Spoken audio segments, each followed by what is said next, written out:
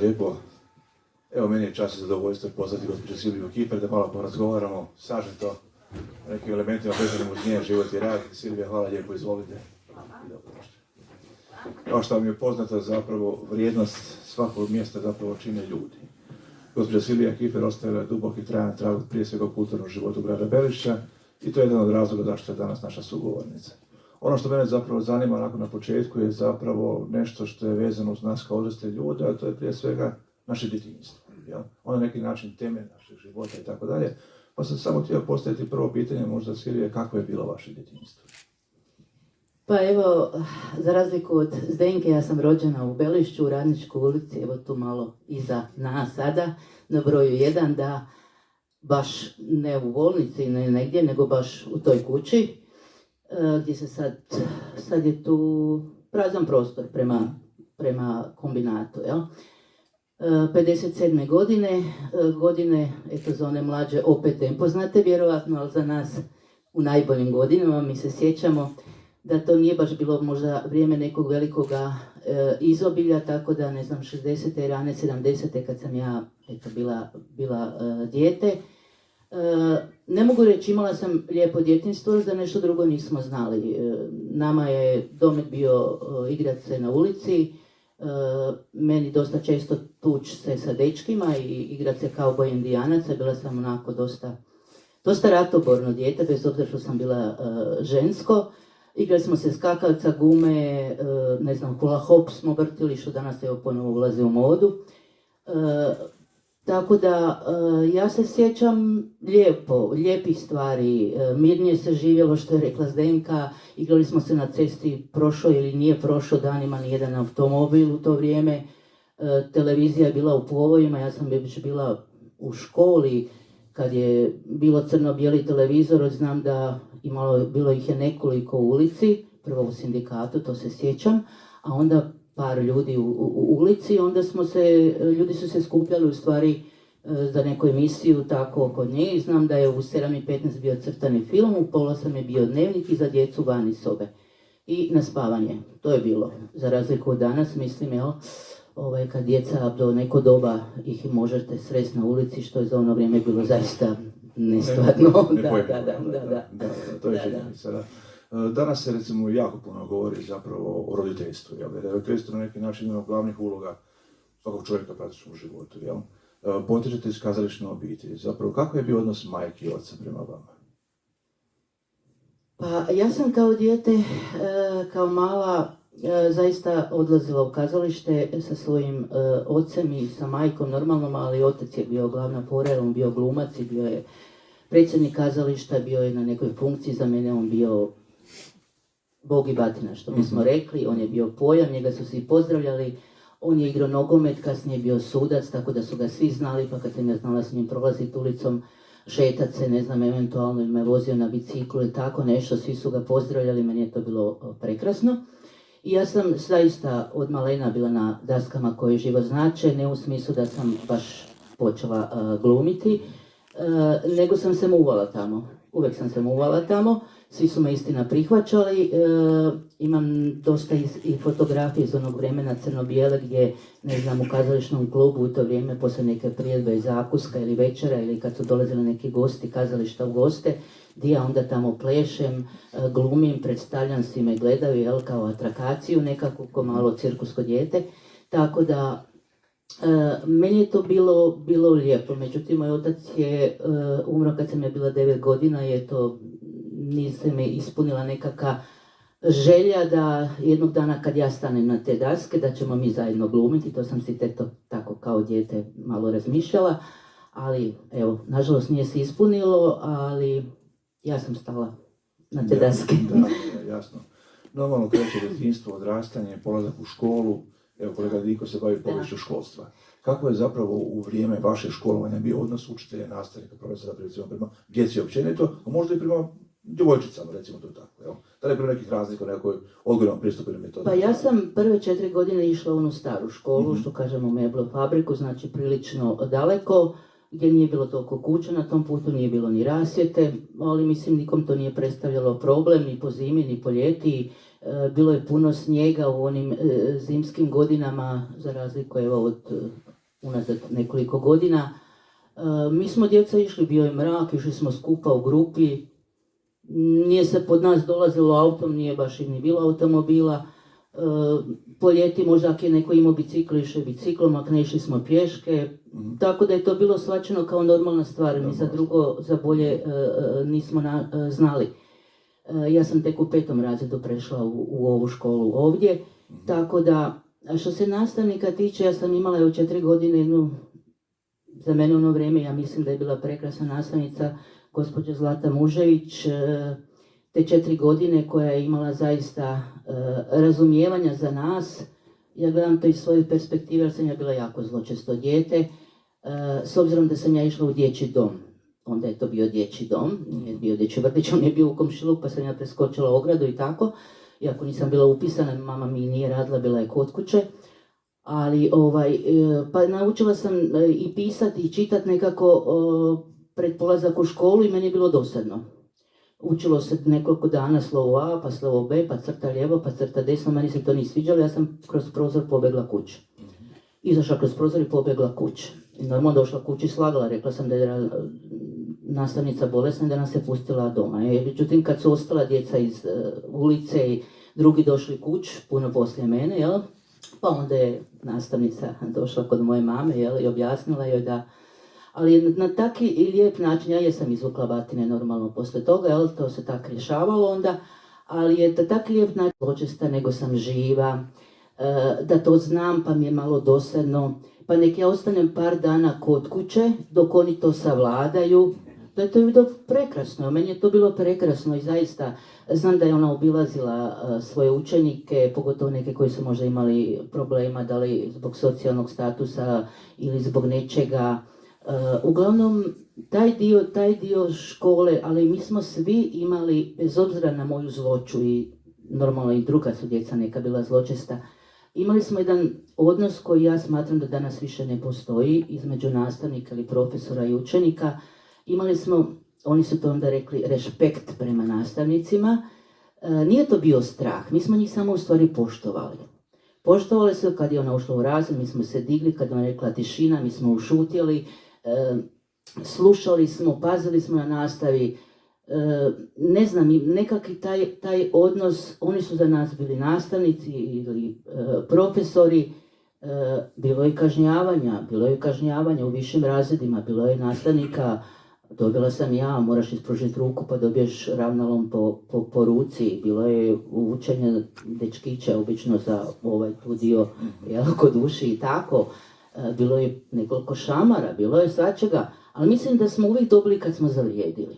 Kad smo zavrijedili, kod kuće normalno ni ja pa ni većina nas nije smjela ništa reći, jer ako kažeš dobiješ još više, jer da si bio dobar ne bi to dobio. Prema tome uvijek je i kod roditelja postojalo to da su nastavnici, odnosno profesori u pravu.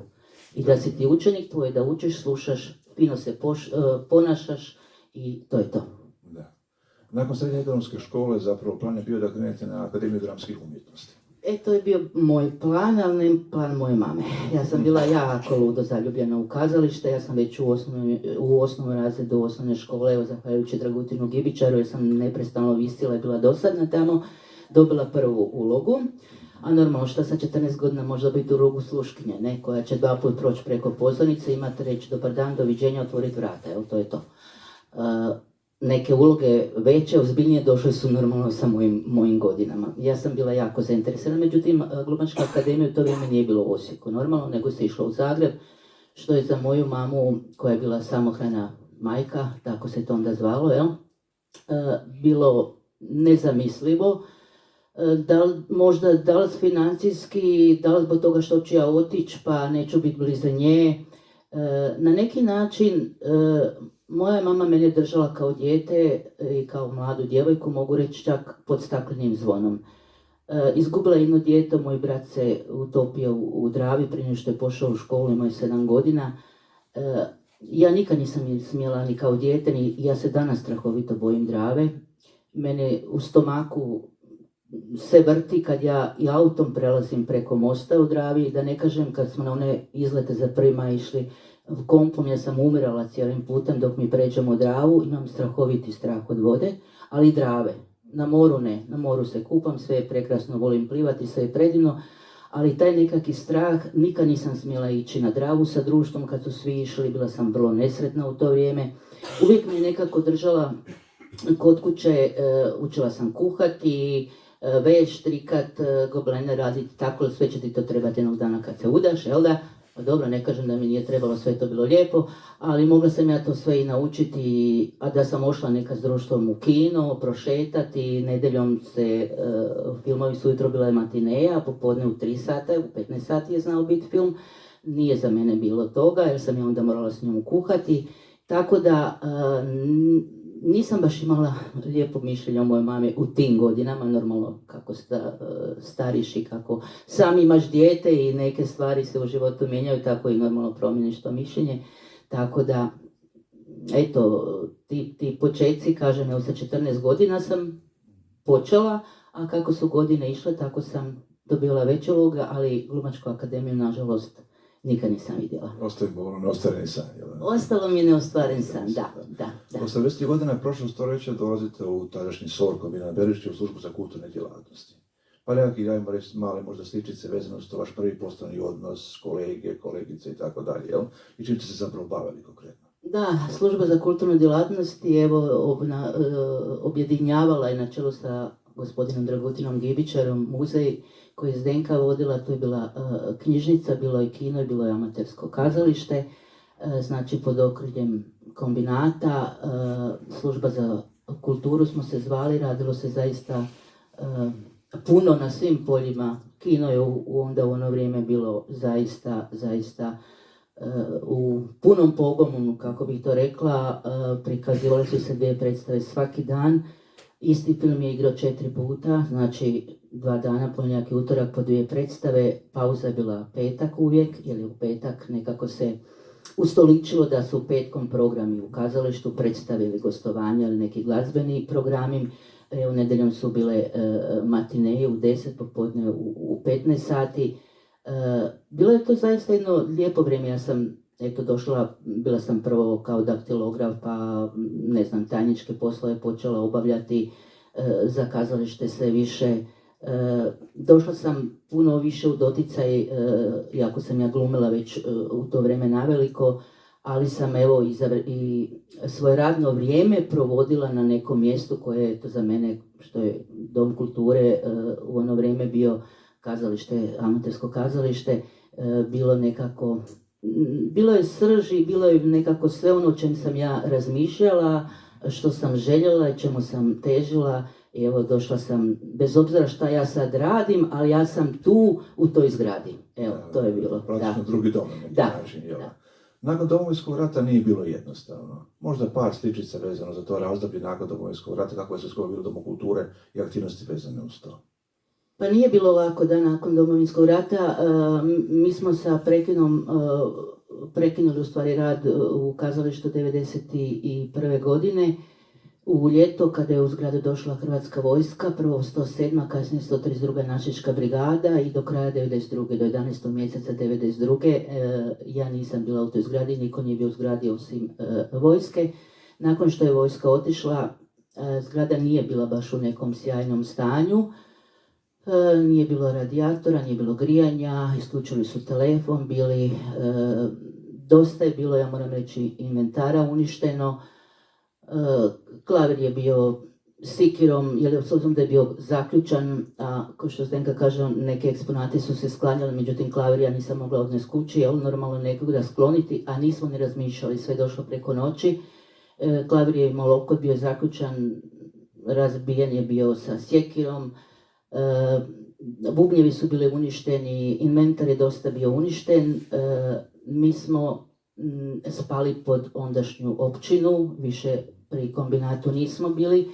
Bilo je to jedno teško razdoblje, ne samo u financijskom smislu, glumački dio, ansambl općenito, ljudi i na neki način od tih godinu i pol, 2 se raštrkao kako ko, iako nešto se radilo i za vrijeme rata, ne tu, ali ja sam forsirala preko nekih poznanstava, radili smo predstave za djecu i budući da je dosta djece ovdje kod nas bilo i u Mađarskoj prognanika, odnosno izbjeglica, organizirano koji su odlazili, mi smo odlazili u Šikloš, u Pečuh, u Martince, u Baju, ne mogu se sad sjetiti, uglavnom gdje je god bilo nekog hrvatskog stanovništva i koji su primili neku djecu iz Hrvatske, odlazili smo tamo, davali smo predstave, znači radilo se, ali ne u ovoj zgradi.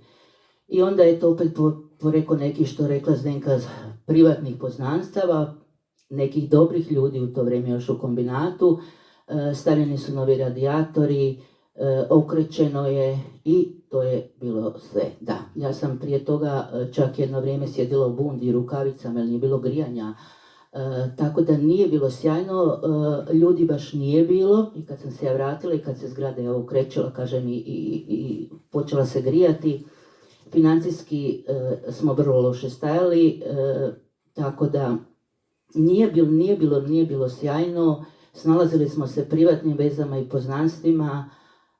Mi stari, ja sam obilazila od kuće do kuće, recimo bivše članove, molila ih da se vrate, da se uključe, neki su se vratili, normalno neki nisu, jer u amaterizmu kad jednom napravite prekid s nečim, vrlo je teško ponovo se vratiti, pogotovo kod žena koje međunarodno se udaju, rode djecu, jako su rijetke one koje se nakon toga vraćaju, tako da jedan dosta težak period, kolega Koprnjak u to vrijeme i ja smo bili najstariji, mogu reći, u to vrijeme i najduže članovi, ne najstariji po godinama baš, ali najduže možda članovi u tom periodu, pa smo jedno vrijeme igrali čak predstave samo sa 2 lica. Znači ono što smo mogli ja i on spremiti kod mene kod kuće, pročitati ili negdje kod njega i naučiti, bez puno scenografije, tako da ipak radimo, da djelujemo, da se ne ugasi, jer jednom kad nešto ugasite, to se vrlo teško pale. Tako je. I za vas su brojne dramske uloge i vredno nositeljice se vrednih, čitavog niza vrednih priznanja, možda neka recimo druga koja je posebno bila draga i značajna vaša bogata glumačkom opusu.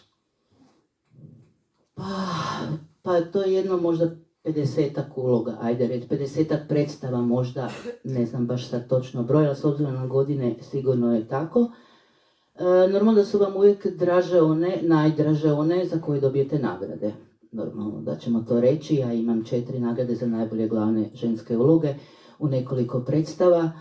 Jesu mi drage, sigurno u svakom slučaju, međutim ono što je možda novije, svježije je 2015. godine, jedno za mene lijepo i novo iskustvo, nakon useljenja u obnovljenu zgradu u Centar za kulturu. Ja sam dobila ponudu od Glumačke akademije u Osijeku i profesionalnog reditelja Roberta Raponje, koji je u to vrijeme spremao njih za svoj diplomski rad, da se uključim u njihovu predstavu i u našem gradu se predstava zvala. Tako da sam imala priliku zaigrati pod okriljem profesionalne palice jednoga čovjeka i sa pravim profesionalnim glumcima. Jedno predivno iskustvo sa tim mladim ljudima i s njim kao čovjekom i kao redateljem. Mi smo u tjedan dana pripremili predstavu bez Šaptaoca, istina oni su tu predstavu 2 mjeseca prije toga spremali. Iskustvo koje ja istina ne bih više ponovila, ali u tjedan dana naučiti tekst nije baš lako, pogotovo tako već malo u najboljim godinama kad ste. Tako da, međutim, jedna je lijepa stvar. Ali isto što mi je jako drago je da sam bila uključena u projekt prošle godine Romberg, život i glazba, gdje sam igrala balonicu Gutman. Jedno isto tako lijepo, jedna mala uloga, jedan mali odlomak, u stvari dio, ali za mene sam ambijent, a vjerujem i za sve one koji su gledali, one koji su sudjelovali u Paleju našem, je zaista nešto prekrasno i nešto što će se pamtiti. I ovo jedno pitanje za kraj. 2014. postajete ravnateljica Centra za kulturu Sigurno Berku-Belišću. Zgrada je obnovljena, situacija je tako da se jednostavno ekipa obnovlja i tako dalje, jel? Možda jedno reći nekakva ocjena sadašnje trenutke i zapravo budućnosti koja stoji pred tom javnom kulturnom ustanovom. Pa je, ja moram zaista reći ne samo od 2014. zgrada je odnosno ja sam postala ravnateljica, zgrada je onda još bila u obnovi, 2015. smo se uselili u jedan zaista prekrasan prostor u kojem mnoga kazališta ili grupe ili kudovi koji rade i djeluju mogu samo sanjati. Idealni su uvjeti i za gostovanja, idealni su uvjeti ljudima koji tamo rade i bave se. I zaista mogu reći da možemo mi nekoga voliti ili ne voliti, biti naklonjeni nekoj političkoj opciji ili stranci ili ne znam šta.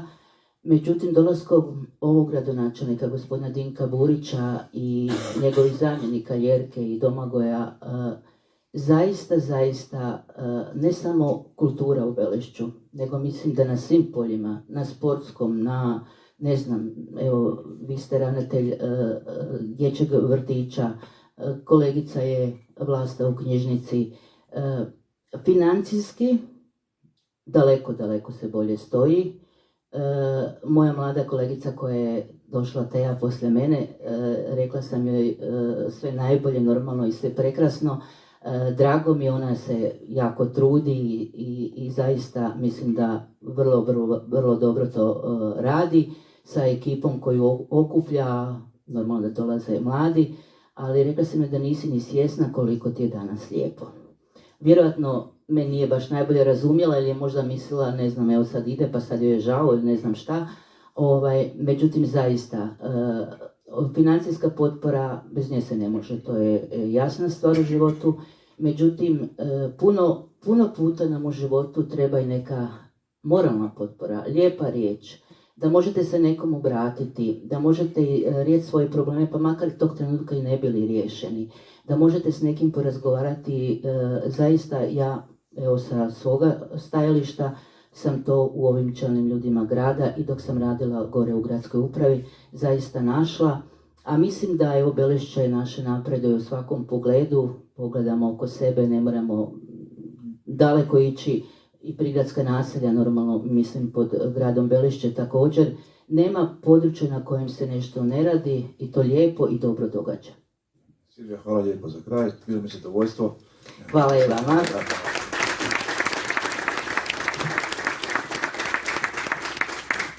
I evo za kraj pozivam Sandru da nam pročita zadnji tekst.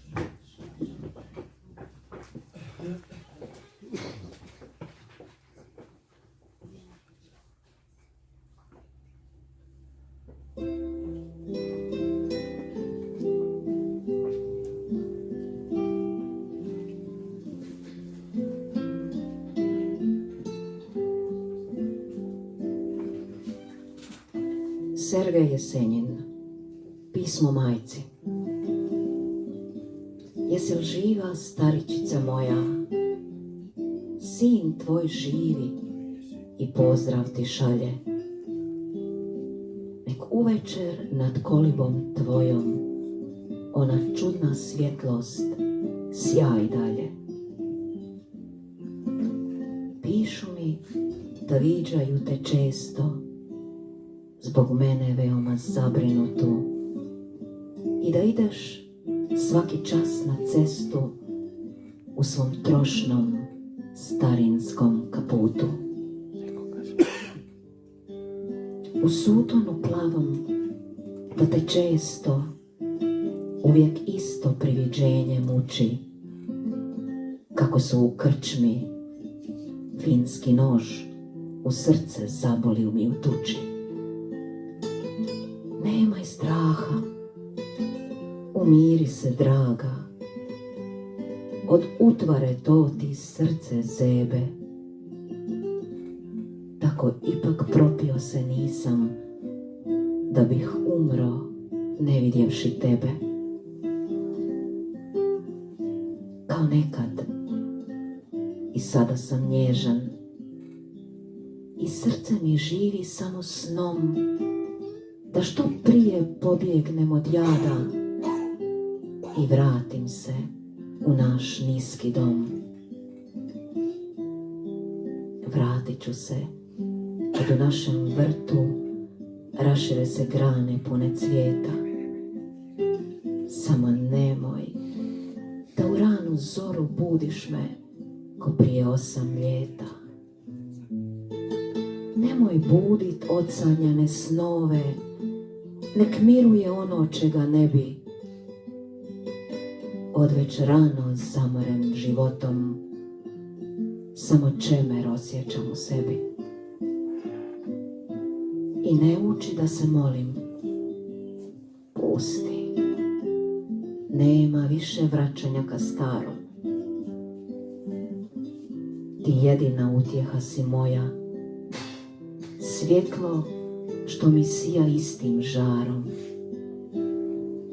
Umiri se. Nemoj da te često viđaju onako zabrinutu i ne idi svaki čas na cestu u svom trošnom starinskom kaputu.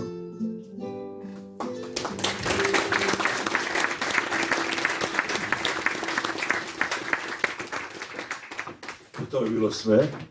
Zahvaljujem se svima, prije svega vama sudionicima ovoga današnje kulturne tribine. Hvala vama, poštovane sugrađanke i sugrađani, što ste odvojili ono najdragocjenije što imate, a to je vaše vrijeme.